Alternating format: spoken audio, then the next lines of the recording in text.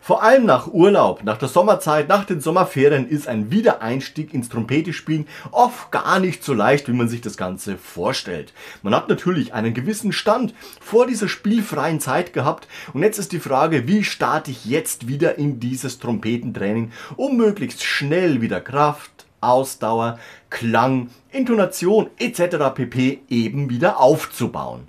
Und hier ist es immer ganz wichtig, dass wir starten und jetzt nicht volle Kanne und wieder drauf und los geht's, Attacke, sondern ganz im Gegenteil. Wir haben natürlich jetzt entspannt, das heißt die Muskulatur, das Gefühl, die Kontrolle sind etwas weniger geworden, haben sich abgebaut und jetzt heißt es eben, dass wir genau das wieder erreichen möchten, um eben auf unserer Trompete wieder so zu spielen, wie eben vor dieser spielfreien Zeit. Mein Tipp ist hier immer, achte auf deinen Ansatz, dass dieser stabil ist. Du setzt die Trompete an, formst deinen Ansatz und jetzt heißt es Luft geben.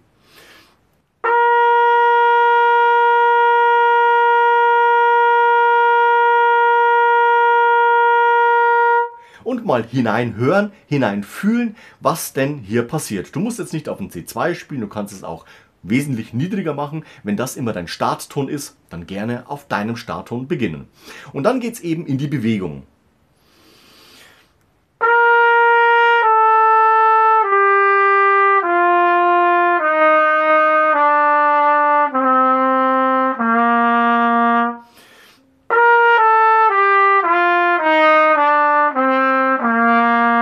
Immer gut hinfühlen, wie fließt die Luft, sind die Töne alle da, wie sind die Tonverbindungen, ruhig auch langsamer machen und langsam erst das Tempo dazu nehmen. Und jetzt geht es letztendlich auch darum, Zungenanstoß. Auch hier wieder Stabilität des Ansatzes, formen.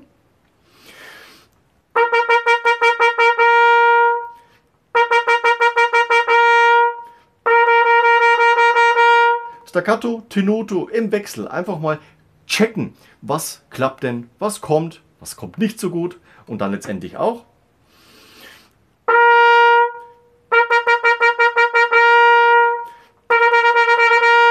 Tenuto, Doppelzunge.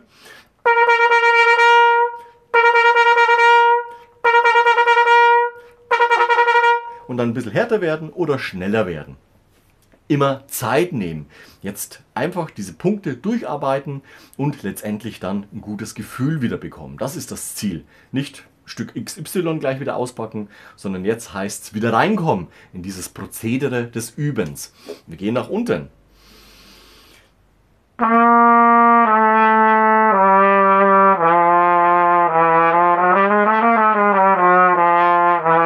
Wie fühlt es sich unten an?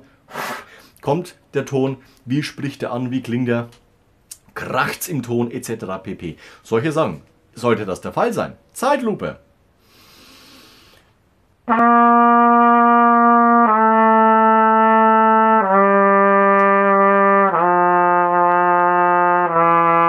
Und so weiter und so fort. Also nimm dir Zeit eben, um solche Sachen zu spielen. Wir haben jetzt Tonstart, die Bewegung. Wir haben den Anstoß, wir haben die Doppelzunge. Letztendlich geht es aber auch um Bindungen, wie zum Beispiel Naturtonbindungen, zum Beispiel C1, C2.